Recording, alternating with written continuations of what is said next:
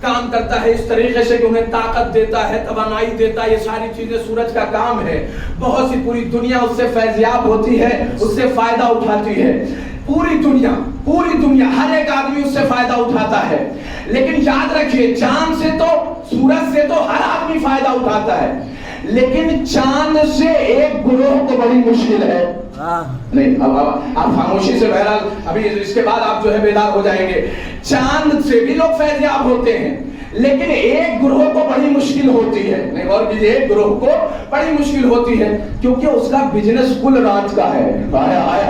نہیں محسوس کریے، محسوس پہلے کے زمانے میں اس سے پہلے آپ جائیے تو لوگوں کو چاند کی بڑی ضرورت ہوتی تھی، چونکہ چاند مسافروں کے لیے، چونکہ چاند جب روشن ہوتا تھا تو بیچارے مسافر جو ہے اپنا قافلہ لے کر کے جاتے تھے. بہت سی امانت کی حفاظت کے لیے چاند کا انتظام، چاند جو ہے روشن ہوتا تھا تو بڑی امانتوں کی حفاظتیں ہوا کرتی تھی. لیکن یاد رکھیے کچھ گروہ، ایک گروہ ایسا ہے جسے چاند سے بڑی دقت ہوتی ہے، وہ سرکار چور صاحب ہیں. وہ چور لوگ ہیں، ان کو رات میں اس چاند سے، چونکہ کل رات کا بزنس ہے، تالا توڑنا ہے تو رات میں، دکان خالی کرنا ہے تو رات میں، تجوری خالی کرنا ہے تو رات میں، ایسا کسی کا گھر صاف کرنا ہے تو رات میں. اس طریقے سے یاد رکھیے یہ چوروں کا کام ہے. تو چور یہ کہتے ہیں کہ بھیا سب کچھ نکلے، چاند نہ نکلے. نہیں غور کیجیے، سب کچھ نکلے لیکن چاند نہ نکلے، چاند نہ نکلے. وہ پریشان ہو جاتے ہیں کہ اگر چاند نکل گیا تو ہمارا سارا معاملہ خراب ہو جائے گا، ہمارا سارا بزنس ٹھپ ہو جائے گا. اسی لیے چور لوگ یہ کرتے ہیں، چاند کہتے پروردگار چاند نہ نکالنا، چاند نہ نکالنا. اب غدیر خم کے میدان میں پیغمبر نے چاند کو نکال کر کے، پیغمبر نے چاند کو نکال کر کے اور ایسے چوروں کا سارا کام بدلا دیا کہ جو ہمیشہ چوری کے چکر میں لگے رہتے ہیں. سبحان اللہ، سبحان اللہ. نعرہ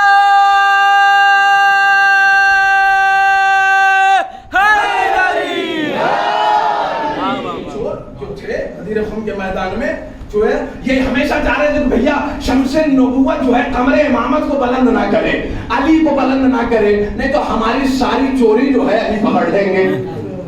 لہذا یاد رکھیے عدل و انصاف علی سے چلتا ہے. ایک سلوات پڑھے محمد و آل محمد.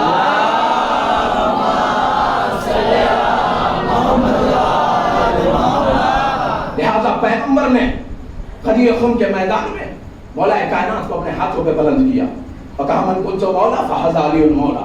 اور اس کے بعد آیت نازل ہو گئی کہ الیوم اکملت لکم دینکم، آج دین مکمل ہو گیا، نعمتیں تمام ہو گئی، سب کچھ ہو گیا.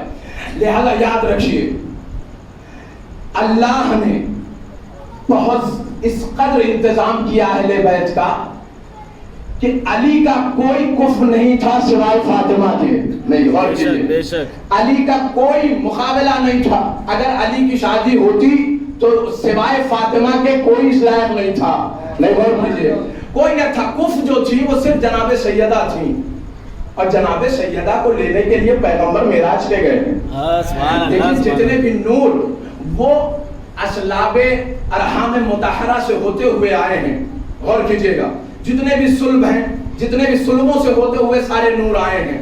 لیکن جناب سیدہ کو وہ واحد نور ہے جسے کسی صلب کی اور رحم کی ضرورت نہیں پڑی.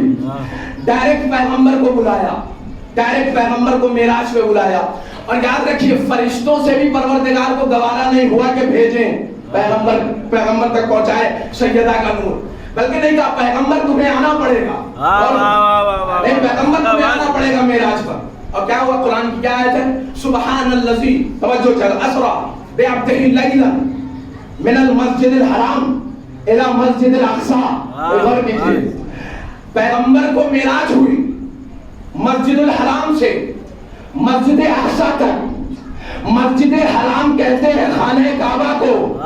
نہیں غور کریے، مسجد حرام کہتے ہیں خانہ کعبہ کو، اور مسجد اقصی کہتے ہیں، اقصی سے کہتے ہیں کہ جہاں پر علم خدا میں دنیا ختم ہوتی ہے، اس انتہا کو اقصی کہتے ہیں، اس انتہا کو. اور جہاں وہ ختم ہوتی وہاں پر اللہ نے ایک مسجد بنائی ہے، مسجد بنائی ہے. اور ہزاروں سال سے، سینکڑوں سال سے وہاں پر ایک نور ہے جو سجدہ ریز ہے. غور کیجیے گا، سجدہ ریز، اسے بیت المستور بھی کہتے ہیں. کیا کہتے ہیں؟ بیت المستور. پیغمبر کو معراج ہوئی مسجد الحرام سے مسجد الاقصی تک توجہ چاہتا ہوں. مسجد الحرام ہے خانہ کعبہ, نہیں غور کیجیے گا, اور مسجد الاقصی ہے فاطمہ کا گھر.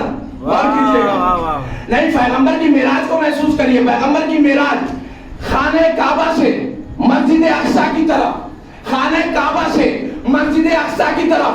خانہ کعبہ ہے علی کا گھر, خانہ کعبہ ہے علی کا گھر, اور مسجد الاقصی ہے فاطمہ کا گھر. پیغمبر کی معراج کچھ ہے ہی نہیں. پیغمبر کی معراج یہ ہے کہ علی کے گھر سے چلے فاطمہ کے گھر پہنچے. ایک صلوات پڑھے محمد وعلى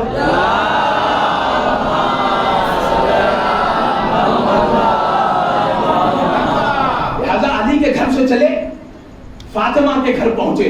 اور یاد رکھیے اللہ نے چاند کو, آسمان کو, ستاروں کو, زمین کو, ان ساری چیزوں کو اہل بیت کے غلاموں کے لیے پیدا کیا ہے. یہ چاند, سورج, یہ سیارے, یہ کہکشائیں, یہ ساری چیزیں یہ صرف اہل بیت کے غلاموں کے لیے پیدا کیا ہے. پروردگار اگر تو نے یہ اہل بیت کے غلاموں کے لیے پیدا کیا ہے تو پھر اہل بیت کے لیے کیا پیدا کیا ہے؟ نہیں غور کیجئے, اہل بیت کو کیا دیا ہے؟ کہا سنو, ہم نے چاند کو, ستاروں کو, سیاروں کو, کہکشاؤں کو, ان ساری چیزوں کو اہل بیت کے غلاموں کے لیے پیدا کیا, لیکن اہل بیت کو بھی ہم نے دیا ہے. جعفر دیا ہے, ثابت دیا ہے, سجاد دیا ہے, رضا دیا ہے, تقی دیا ہے, نقی دیا ہے, عسکری دیا ہے, آخری حجت دیا ہے. سبحان اللہ, سبحان اللہ. ان سے بڑی نعمت کیا ہوگی جو ہم نے اہل بیت کو نوازا ہے. غور کیجئے, لہذا جتنے بھی انبیاء آئے, غور کیجئے گا, جتنے بھی نبی آئے سب نے عذاب مانگا آخر میں, لیکن پیغمبر کے اوپر بھی جیسے پیغمبر نے تبلیغ کرنا شروع کیا تو پیغمبر کے اوپر بھی خباثتیں ڈالی گئی, غلاظتیں ڈالی گئی. تو اللہ نے کہا یا محمد کیا تمہارے اوپر بھی, اس قوم کے اوپر جو تمہیں مصیبت میں ڈال رہی ہے, اس کے اوپر بھی عذاب نازل کر دوں؟ پیغمبر نے برجستہ کہا پروردگار نہیں. نہیں غور کیجیے, پروردگار نہیں, ابھی عذاب نہیں, پروردگار نہیں. لیکن اس سے پہلے جتنے بھی انبیاء آئے جنہوں نے 2000 سال تبلیغ کی, جنہوں نے 900 سال تبلیغ کی, لیکن آخر میں انہوں نے یہی کہا پروردگار اب ہمارے بس کی بات نہیں ہے ان کو سمجھانا, یہ عجیب و غریب قومیں ہیں, یہ ان کو سمجھانا ہمارے بس کی بات نہیں. کچھ لوگ آج بھی ہیں جن کو سمجھانا بڑا مشکل ہے. اچھا دوسروں کی تو بات میں نہیں کر رہا ہوں, ہمارے خود قوم میں, ہماری کمیونٹی میں ایسے لوگ ہیں جو کبھی کبھی کوئی سرکار بلی رستہ کاٹ دیتی ہے تو کون سا عذاب نازل ہوتا ہے. دیکھیں کہاں ہیں ہم, یہ کوئی سوال ہے؟ کون سا سوال؟ ہماری فکر کو بلند ہونا چاہیے. غور کیجیے, ہم اہل بیت کے چاہنے والے ہیں, ہماری فکر پرواز سے ہونا چاہیے, ہم اہل بیت کے چاہنے والے ہیں. ایک صلوات پڑھ دیں مل جل کر کے بابا سے.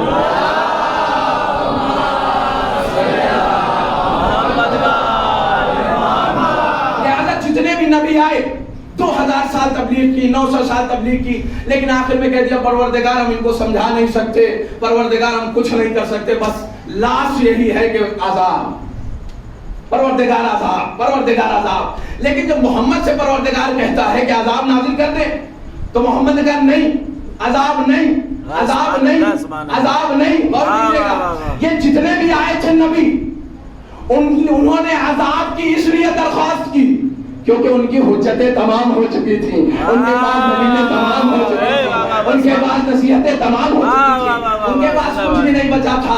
لیکن محمد نے کہا پروردگار ان کی حجتیں تمام ہو گئی تھیں, میرے پاس سمجھانے کے لیے حسن ہے, میرے پاس سمجھانے کے لیے حسین ہے, میرے پاس سمجھانے کے لیے جعفر ہے, میرے پاس سمجھانے کے لیے سجاد ہے, میرے پاس سمجھانے کے لیے علی ہے, میرے پاس سمجھانے کے لیے تقی ہے, میرے پاس سمجھانے کے لیے حسن عسکری ہے, اور آخری امام حضرت امام زمان علیہ الصلوۃ والسلام.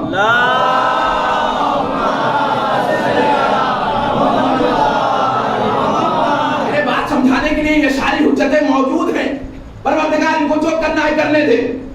لہذا لیکن جب یہ پوری کائنات میرے آخری حجت کو جھٹلانا شروع کر دے گی, غور کریے, اب جب یہ پوری کائنات ہمارے آخری حجت کو ماننے سے انکار کر دے گی تو اس وقت ہم عذاب نہیں قیامت مانگیں.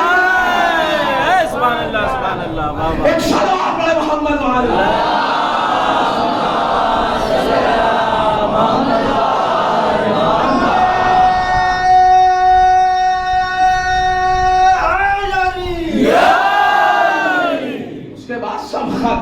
کے بعد کچھ بھی نہیں بچے گا. لہذا پیغمبر آئے در سیدہ پر اور ایک جملہ کہا, اے فاطمہ آج محمد اپنے اندر ذوف محسوس کر رہے ہیں. نہیں, غور کیجئے پیغمبر کیوں ذوف محسوس کر رہے ہیں. وجہ یہ ہے کہ جب ان سارے لوگوں نے پیغمبر کو پریشان کرنا شروع کیا, پوری دنیا میں عالم اسلام کا بول بالا شروع ہو گیا اور ہر طرف اسلام کے چرچے شروع ہو گئے, تو مدینے سے دور ایک علاقہ تھا جسے نجران کہتے ہیں. غور کیجئے گا, وہاں کے پادری, وہاں پہ چونکہ مسیحیت تھی, عیسائی لوگ رہتے تھے اور ان کے پادری وہاں پر موجود تھے. وہاں کے جو بڑے بڑے عالم تھے, فادر تھے, وہ لوگ جو ہیں ٹیکس لیا کرتے تھے اپنے لوگوں سے اور اس کے بعد بڑے عیش و آرام کی زندگی گزارا کرتے تھے. ٹیکس لے کر کے اپنا کام کر رہے تھے, حاکم بنے بیٹھے تھے. تو ان کو یہ لگا کہ جب اسلام پوری چاروں طرف پھیل رہا ہے تو کہیں ایسا نہ ہو کہ نجران میں بھی اسلام کا دخل ہو جائے. جیسے بہت سے لوگ کہتے ہیں کہ بھائی شیعوں کے قریب مت جانا, شیعوں کے قریب مت جانا, شیعوں کے قریب مت جانا. آج بھی بہت سے لوگ کہتے ہیں عزاداری کے قریب مت جانا, عزاداری کے قریب مت جانا, کیونکہ ان کے پاس ایک ایسا اسلحہ ہے جسے لعنت کہتے ہیں. ایک شراب بڑے محمد والا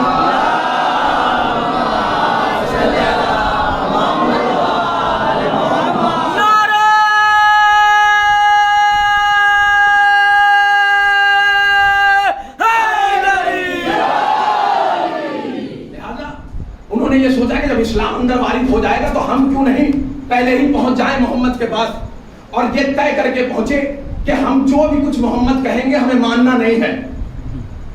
آج کل بھی بہت سے لوگ ہیں جو نہ ماننے کی قسم کھاتے ہیں. اب ان سے کہتے ہیں کہ بھئی یہ موبائل ہے, کہیں نہیں یہ موبائل ہے, یہ نہیں تو لیپ ٹاپ ہے. نہ ماننے کی قسم کھائیں گے, ہمارا موبائل ایسے چلتا, تمہارے میں اتنی کوالٹی نہیں ہے. ایک سوال بڑا محمد والا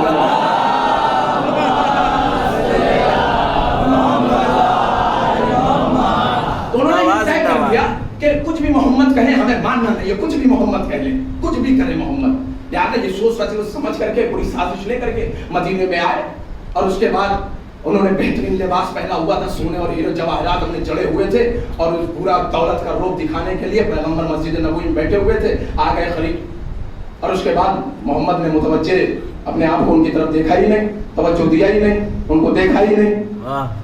اب یہ پریشان ہو گئے کہ ہم نے سنا تھا کہ محمد تو بہت با اخلاق ہے, محمد کی سیرت تو بڑی اعلیٰ ہے, محمد بہت با اخلاق ہے, لیکن یہ تو میری طرف, ہماری طرف متوجہ ہی نہیں ہوئے. انہوں نے ہمیں دیکھا ہی نہیں کہ کوئی مہمان آیا ہے, کوئی فلاں آیا ہے, کوئی یہ آیا ہے, منہ پھیر لیا, یہ کون سی بات ہے. یہ کہتے ہوئے گیٹ کے باہر آ گئے, اور اس کے بعد یہاں پر بھی کہنا شروع کر دیا کہ ہم نے تو سنا تھا کہ محمد بڑے با اخلاق ہے.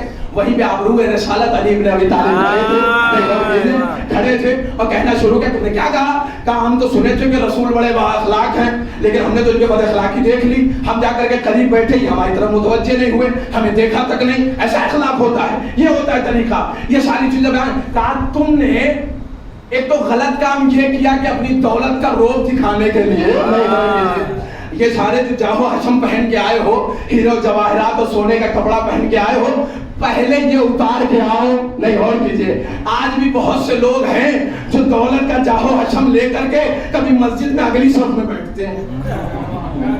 ہم پیسے والے تو آگے والی صف میں بیٹھیں گے. ایک سوال پڑے محمد والا.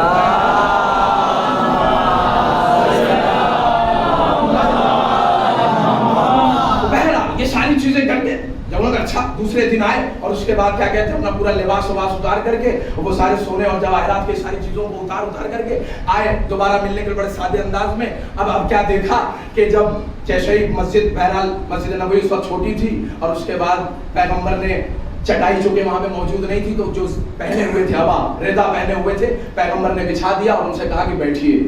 اور یہ دیکھ کر کے اخلاق بڑے تعجب میں ہوئے, واہ کیا سیرت ہے, کیا اخلاق ہے محمد کا. اور اس کے بعد کہنا شروع کیا, اے محمد عیسیٰ کے بارے میں آپ کا کیا خیال ہے؟ پیغمبر نے کہا عیسیٰ کلمۃ اللہ ہے, عیسیٰ اللہ کے نمائندے ہیں, عیسیٰ سے کوئی غلطی نہیں ہوئی, عیسیٰ بے گناہ ہے, وہ عیسیٰ معصوم ہے, ان کی ماں طاہرہ ہے, ان کی ماں زکیہ ہے, عفیفہ ہے, پاک دامن ہے, اور وہ اللہ کے بھیجے ہوئے نمائندے ہیں. اتنی زبردست تعریف تو ان کے مذہب میں بھی نہیں تھی. جس بھی پیغمبر نے کر دی. یہ سوچ کر کے کچھ اور آئے تھے, معاملہ بگڑ گیا. پیغمبر نے اس طریقے سے تعریف کر دی. لیکن جیسے ہی آپس میں کہنا شروع کیا کہ ہم تو سوچ رہے تھے کہ کہیں یہ برائی نہ کریں, انہوں نے تعریف کر دی, انہوں نے تعریف کر دی. لیکن تھوڑی دیر کے بعد پیغمبر نے ایک اور اٹیک کیا. نہیں غور کیجیے, کہا دیکھو لیکن عیسیٰ میں ایک کمی تھی. نہیں غور کیجیے گا, عیسیٰ میں ایک کمی تھی. اب تھوڑا سا جو پریشان, کیسے, کون سی کمی تھی, کیا کمی تھی عیسیٰ میں, کون سی بھائی کمی تھی, آپ کہہ رہے کمی. کہا عیسیٰ عبادت نہیں کرتے تھے. نہیں, اگر آپ دیکھیں مجمع جو ہے یا تو سوچ رہا ہے یا سو رہا ہے, اور اگر سو رہا ہے تو ایک زبردست صلوات پڑھیے تو جو سو رہا ہے وہ جاگ جائے.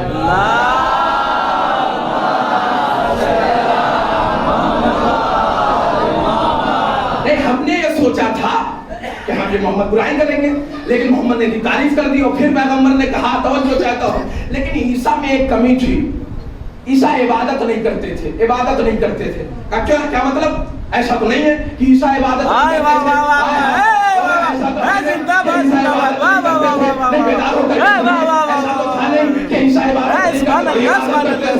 عبادت کرتے تھے. اب پیغمبر خاموش, مسکرانا شروع کر دیا. مسکرانا شروع کر دیا. اور اس کا کہا کیوں مسکرا رہے ہیں, کیوں مسکرا رہے ہیں؟ تب مسکرانے کی وجہ یہ ہے کہ سارا مسئلہ ختم ہو گیا. اگر عیسیٰ خدا تھے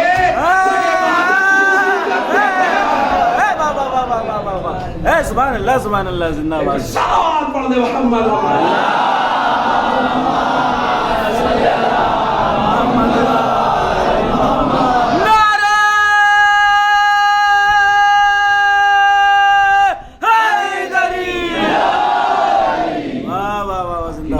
کرتے تھے. لیکن جب بہرحال یہ سوچ رہے ارے ہم تو نہ ماننے کی قسم کھا کے آئے تھے, تو معاملہ ہی الٹ گیا. اور شاید کہنا شروع کیا, نہیں وہ خدا تھے, وہ خدا تھے, وہ خدا تھے, ہم کچھ نہیں. ترنت آیت نازل ہوئی, غور کیجئے, ترنت قرآن کی آیت کا گھیرو میں محمد ان کو. آیت نازل ہوئی کہ من حاجک من العلم, محمد آپ کی حجتیں ان پہ تمام ہو گئی, ان کو پتہ چل گیا ہے. نہیں غور کیجئے, ان کو پتہ چل گیا, ان کو علم آ گیا ہے. چونکہ یہ طے کر کے آئے ہیں کہ ماننا نہیں ہے. نہیں, اب غور کر لیجئے, بہت زمانے سے 1400 سال سے نہیں, جیسے ہی محرم شروع ہوتا ہے فتوے شروع ہو جاتے ہیں. نہیں, جیسے ہی محرم شروع ہوتا ہے فتوے شروع ہو جاتے ہیں. اور ماشاءاللہ سے ہمارے علماء, ہمارے خطبہ ذاکرین ہر محرم میں اس کا جواب, ہر محرم میں اس کا جواب, اس سے پہلے فتویٰ اس کا جواب, اس سے پہلے فتویٰ اس کا جواب, اس کا جواب. مسئلہ یہی ہے کہ مان کر کے یہ آئے ہیں کہ ماننا نہیں ہے. ایک صلوات پڑھے محمد وعلو.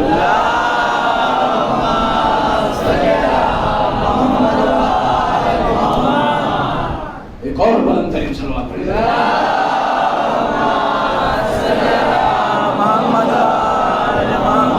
ایسا طے کر کے آئے ہیں کہ ماننا نہیں ہے, لہذا محمد ان سے کہو ابنانا وابناکم, ابنانا وابناکم ونسانا ونساکم وانفسنا وانفسکم. تم اپنے بیٹوں کو لاؤ, اپنے بیٹوں کو لائیں گے, تم اپنی عورتوں کو لاؤ, ہم اپنی عورتوں کو لائیں گے, تم اپنے نفسوں کو لاؤ. ہم اپنے نفسوں کو لائیں گے. لیکن بڑا عجیب ہو چکے آپ چنہا میں ماشاءاللہ مسلسل ذاکرین اور خطبہ یہ سارے لوگ آتے رہتے, آپ تو سنتے رہتے ماشاءاللہ. لیکن عام طور سے ہمارے ذاکرین اور خطبہ انفسنا کا ترجمہ نہیں کرتے. تم اپنے نفسوں کو لاؤ, ہم اپنے نفسوں کو لائیں. یعنی کیا مطلب, اور کیجئے گا, میری مجلس کا سب سے محسن جملہ انشاءاللہ تبرک کے طور پہ لے کر کے جائیے. انفسنا وانفسکم, تم اپنے نفسوں کو لاؤ, ہم اپنے نفسوں کو لائیں. کیا مطلب, نفس کا مطلب ہوتا ہے جیسا.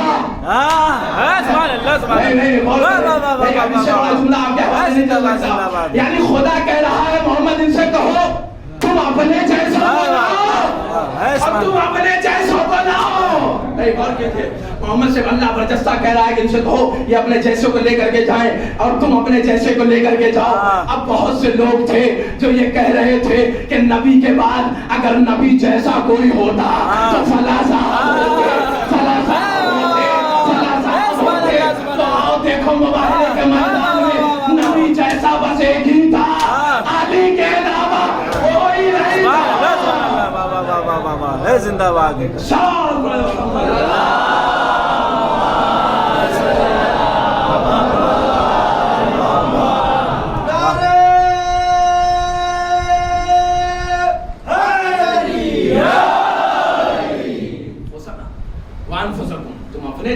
کو لاؤ اور میں اپنے جیسوں کو لاؤں. واہ واہ. لیکن یاد رکھیے پیغمبر نے یہ دعویٰ تو کر دیا اور اس کے بعد عذاب نازل ہوگا, لعنت ہوگی جو جھوٹا ہوگا. ہاں, جھوٹوں پہ لعنت. اور کیجئے, جھوٹوں پہ بے شمار, بار بار. ایک صلوات پڑھے محمد و آل محمد.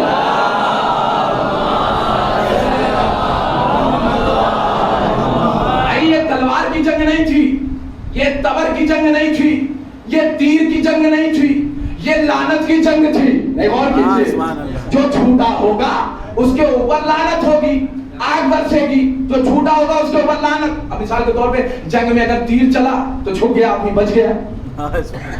تبر چلا, کبھی ادھر ادھر ہو گیا, دائیں بائیں, بچ گیا. نیزہ چلا, ادھر ادھر ہوا, بچ گیا. تیر چلا, نیزہ چلا, لیکن آدمی بچنے کے چانسز ہیں.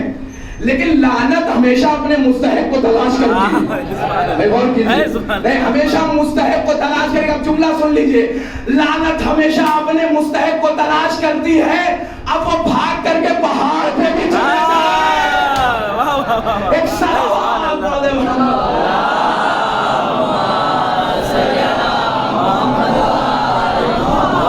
لعنت جو ہے وہ پیچھا پیچھا کرتے پہنچ جاتی ہے. لہذا اشیاء نے حیدر کرار سے کوئی اسلحوں سے نہیں ڈر رہا ہے. اور کیجئے, کوئی جو ہے جاہو حشم سے نہیں ڈر رہا ہے. شیعوں سے, شیعوں کے پاس ایک ایسا اسلحہ ہے جسے لعنت کہتے ہیں. اب لعنت ایک بار لگ گئی تو دشمن خود بخود نیست و نابود ہوتا چلا جاتا ہے. ایک صلوات پڑھ دے محمد.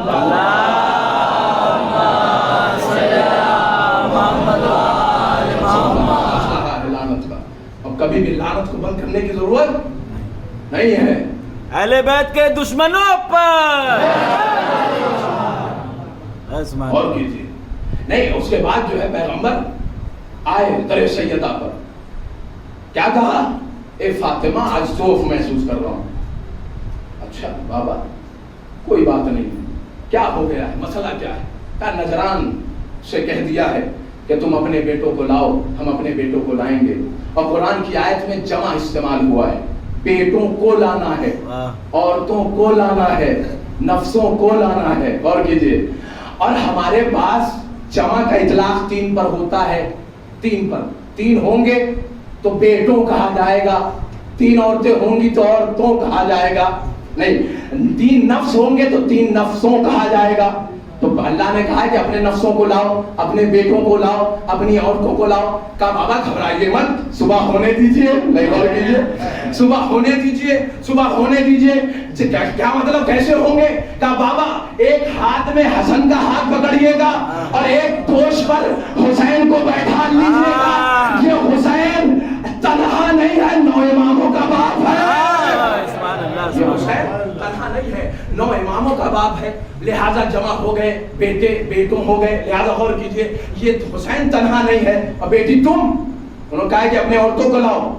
کہا بابا گھبرائیے مت, حسن اور حسین کی طرف سے ماں, آپ کے طرف سے بیٹی, علی کے طرف سے زوجہ, علی کے طرف سے زوجہ. میں بیچ میں چلوں گی, آپ آگے ہوں گے, حسن حسین دوش پر ہوں گے, حسن انگلی پکڑے ہوئے ہوں گے, اور میرا شوہر وہ میرے پیچھے ہوگا. غور کیجئے گا. اور اس کا بیٹا علی نفسوں کو لانا ہے. کہا بابا شب ہجرت جب علی بستر رسالت پر سوئے, اللہ نے ان کے نفس کو خرید لیا, نفس اللہ ہو گئے. اللہ کیا جمع کا صیغہ استعمال ہوتا ہے. غور کیجئے گا. اور اس کے بعد صبح ہوئی, یہ قافلہ چلا, یہ قافلہ چلا در سیدہ سے. لوگوں نے دیکھا کہ یہ قافلہ چلا اور کسی کو پیغمبر نے لیا ہی نہیں. اور اس کے بعد جب نجران کو دیکھا, نجران ایک پہاڑی پہ کھڑے ہوئے تھے, اور نجران کے جو پادری تھے, پادری نے ان لوگوں سے کہا جاؤ دیکھو محمد آ رہے ہیں کہ نہیں آ رہے ہیں. لوگوں نے دیکھنا شروع کیا. اب اس طریقے سے دیکھا, کہا ہاں محمد تو آ رہے, کہا تنہا آ رہے, کہا ایک لوتا محمد آ رہا ہے. کہا اور کون آ رہا ہے؟ کہا اس کی ایک لوتی بیٹی آ رہی ہے. کہا اور کون آ رہا ہے؟ کہا اس کا ایک لوتا داماد آ رہا ہے. کہا اور کون آ رہا ہے؟ کہا اس کے 2 نواسے آ رہے ہیں. کہا خبردار جنگ مت کرنا, خبردار اب جنگ مت کرنا, یہ مباہلہ کینسل کرو, نہیں ہو سکتا. کہا اگر باطل پہ ہوتا تو اپنی کل کمائی زد پہ نہ لگاتا. ایک شراب والے محمد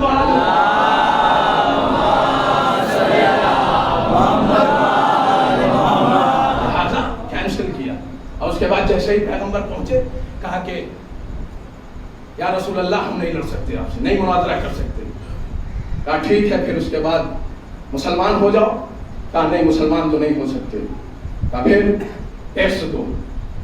کہا کتنا؟ آج کے زمانے کے اعتبار سے اگر میں کہوں تو 1 روپیہ.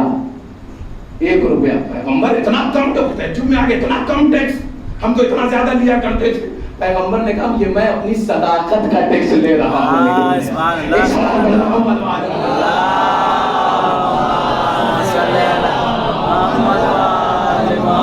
لہذا یہ قافلہ جس میں صرف اور صرف سیدہ ہیں، اور ماشاءاللہ سے ہمارے یہاں تو حدیث قصہ پڑھی جاتی ہے نا ہر فنکشنز میں.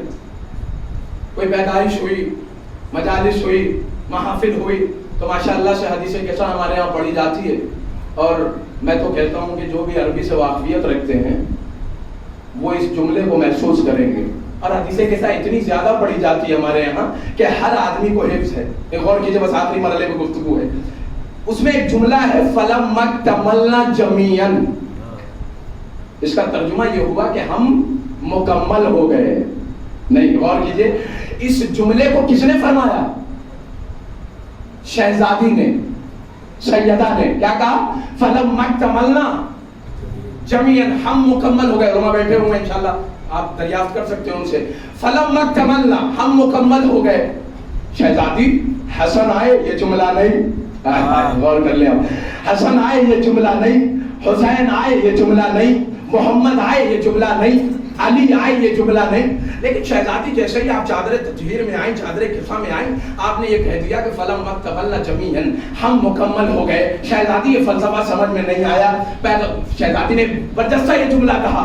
بہت سے لوگ تھے جو دروازے کے باہر چادر میں آنے کا انتظار کر رہے تھے. نہیں، غور کریں، بہت سے لوگ تھے جو چادر میں آنے کا انتظار کر رہے تھے. میں نے قید لگا دی اور چادر کا دروازہ بند کر دیا.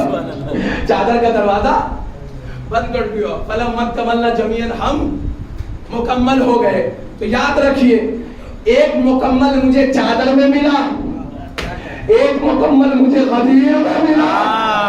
اب بیدار ہو کر کے سنیے انشاءاللہ. بس میں نے ختم کر دیا. آپ نے ربط مسائل کے لیے جملہ کہہ رہا ہوں، غور کیجئے گا. ایک مکمل مجھے چادر میں ملا، ایک مکمل مجھے غدیر میں ملا. جب دونوں ہاتھوں کو بلند کیا پیغمبر نے اور کہا من کنتم مولا فہذا علی المولا، اور اس کے بعد آیت نازل ہوئی الیوم اکملت لکم دینکم، آج دین مکمل ہو گیا. تو یاد رکھیے غدیر خم کے میدان میں جب دین مکمل ہوا تو وہاں پر بھی اللہ نے مکمل، توجہ چاہتا ہوں، مکمل کا لفظ استعمال کیا. یہاں چادر میں شہزادی نے مکمل کا استعمال کیا، ادھر غدیر میں اللہ نے استعمال کیا. تو کہ یہ جملہ بدل کر کے کہہ دوں، اگر چادر میں فاطمہ نہ ہو تو بنیتن نہ مکمل، دین میں اگر علی نہ ہو تو دین نہ مکمل. شاور پڑھ دے محمد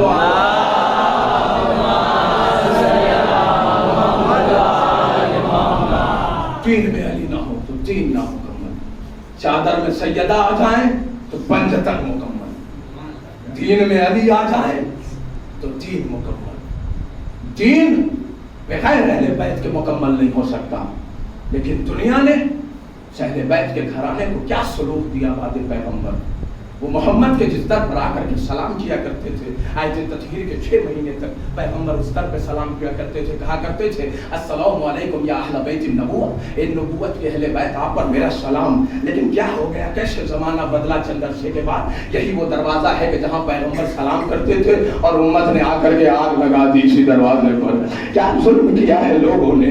کیسے بیان کر سکتا ہے کوئی انسان. ہمارے اندر نہ اتنی توانائی ہے کہ ہم بیان کر سکیں، نہ آپ کے اندر اتنی طاقت ہے کہ آپ برداشت کر سکیں. بس تصور کر لیجئے کہ وہ دروازہ ہے جہاں پر جبرائیل آیا کرتے تھے، وہ دروازہ ہے جہاں پر رضوان جنت آیا کرتے تھے. ہاں اسی دروازے پہ لوگوں نے آگ لگا دیا. ہاں یہ بھی نہیں سوچا کہ حسن رہتے ہیں، حسین رہتے ہیں. یہ بھی نہیں سوچا کہ جوش پر پیغمبر حسن کو گھمایا کرتے تھے، ٹہلایا کرتے تھے. ہاں یہ وہی دروازہ ہے. لیکن کوئی تعجب نہیں، آگ لگا دیا لوگوں نے. ہاں وہ سلگتا ہوا دروازہ تھا. کوئی پوچھے کسی کے دل سے, ہاں یہ وہی مدینہ ہے نا جہاں پر قرآن کی آیتیں نازل ہوتی تھی, ہاں یہ وہی گھر تھا نا جہاں قرآن کی آیتیں نازل ہوتی تھی, ہاں یہ وہی دروازہ تھا نا جہاں چادر تطہیر میں پیغمبر تھے, جہاں آیت تطہیر نازل ہوئی تھی. لوگوں نے علی کے گردن میں ریشمانے ظلم باندھ کر کے تیار بتیار پھرایا. یاد رکھیے کسی عالم نے یہ پڑھا کہ حسین کے اوپر سب سے بڑا جو ظلم ہوا تھا, اور کیجئے انشاءاللہ محسوس ہوں گے اور روتے ہوئے فرش رضا سے اٹھیں گے, کیونکہ یہ حسین کی عزاداری ہے, ہاں یہ حسین کا ماتم ہے.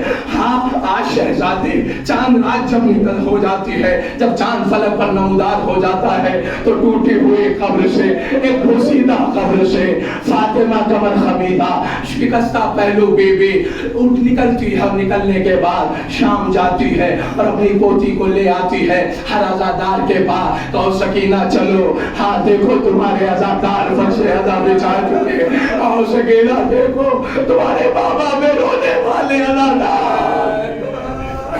کوئی نہ تھا جو تمہارے بابا کو سہارا دے سکتا تھا, کل کوئی نہ تھا جو تمہارے بابا کا یار و مددگار تھا, لیکن آؤ سکینہ دیکھو کتنے عزادار ہیں جو حسین پہ مرنے کے لیے تیار ہیں, کتنے عزادار ہیں جو گریہ کر رہے ہیں, جو تمہارے حسین کا ماتم کر رہے ہیں. ہاں ایک عالم دین نے یہ پڑھ دیا کہ حسین کے اوپر سب سے بڑا ظلم, سب سے بڑی مصیبت کی گھڑی وہ تھی کہ جب علی اکبر شہید ہوئے. سب سے زیادہ مصیبت کی گھڑی, سب سے زیادہ علام کی گھڑی یہ تھی کہ جب علی اکبر اس دنیا سے رخصت ہوئے, چونکہ جوان بیٹا تھا, باپ ضعیف تھا, لاشا اٹھ نہیں سکتا تھا, لہذا بنی اسد کے بچوں کو بلاتے تھے, اے بنی اسد کے بچوں آؤ, ارے جوان کا لاشا ہے, ضعیف باپ ہے, باپ کا لاشا اٹھا چکا حسین, علی اکبر کا لاشا نہیں اٹھتا. ہاں اس عالم دین نے یہ پڑھ دیا کہ سب سے زیادہ مصیبت علی اکبر کے جنازے پہ ہوئی حسین کو. لیکن جب وہ عالم بستر خام پر آئے تو انہوں نے کیا دیکھا, انہوں نے کیا دیکھا کہ ابا عبداللہ الحسین کٹے ہوئے سر کے ساتھ حسین خواب میں آ گئے. اے عالم تو نے کیا پڑھا مصائب, مجھے بتا تو نے کیا پڑھا, کیا تو نے کہا مولا میں نے مصائب یہ پڑھا کہ سب سے زیادہ مصیبت اور سب سے زیادہ مصیبت کی گھڑی آپ پر کربلا میں پڑی جب آپ علی اکبر کا لاشا اٹھا رہے تھے. اے عالم تو نے انصاف نہیں کیا, ارے میرے لیے مصیبت کی گھڑی کربلا نہیں تھی, میرے لیے علام کی گھڑی کربلا نہیں تھی, ارے میرے لیے مصیبت کی گھڑی مدینہ تھا, مدینہ تھا, مدینہ تھا.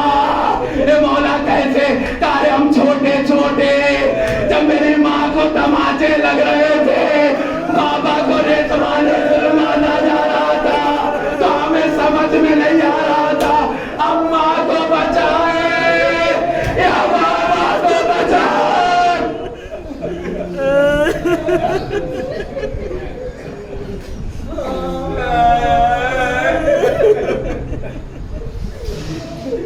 ہمارے لیے سب سے مصیبت کی گھڑی تھی مدینہ, جہاں پر ہمیں یہ سمجھ میں نہیں آ رہا تھا کہ اماں کو بچائے یا بابا کو بچائے. ہاں عزادارو یہ قافلہ تو محرم کو وارد ہو گیا, آج 3 محرم ہے, آج 3 محرم ہے, مصائب سنیں گے. زینب پریشان ہے, ام کلثوم حیران ہے, ہاں حسین کے پاس آ گئی. اے بھیا کوئی اور جگہ نہیں ہے کربلا کے علاوہ جہاں ہم جا سکے وہاں بھیا, ارے خیموں کو یہاں سے نکالو, ارے مجھے ڈر لگ رہا,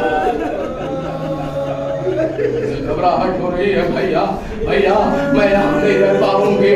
اے زیلا, اے زیلا, ارے یہ وہی جگہ ہے کہ جہاں سے جنگ صفین میں میرا بابا یہیں سے گزرا تھا. جنگ صفین میں بھیا حسن بھی ساتھ تھے, میں بھی ساتھ تھا.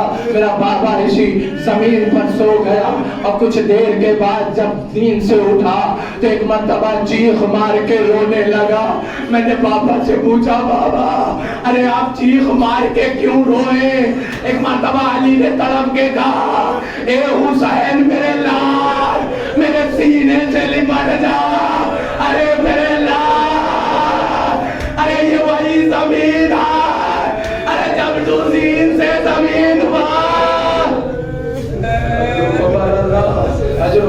اللہ خدا کے آبادوں پر رحمت نازل کرے. یہ وہی زمین ہے جہاں تو شہید کیا جائے گا, تجھے قتل کیا جائے گا. ہاں یہ کہتے ہوئے حسین نے کہا بابا اور کیا ہوگا؟ کہا علی اکبر مارا جائے گا. بابا اور کہا تیرا بھائی عباس قتل کیا جائے گا. بابا اور کہا قاسم مارے جائیں گے, اور محمد مارے جائیں گے, حبیب مارے جائیں گے. لیکن حسین روئے نہیں. علی اکبر کا نام سنا, حسین نہیں روئے. قاسم کا نام سنا, حسین نہیں روئے. اور محمد کا نام سنا, حسین نہیں روئے. علی اکبر کا نام سنا, حسین نہیں روئے. لیکن ایک مرتبہ جیسے ہی علی نے کہا اے حسین, یہ وہی جگہ ہے جہاں تیری بہنوں کے خیمے جلا دیے جائیں گے. ارے زینب کو ریزبان ظلم باندھ کر کے تیار و تیار پھرایا جائے گا. ارے حسین چیخ مار کے رو اے بابا, یہ کون سی مصیبت.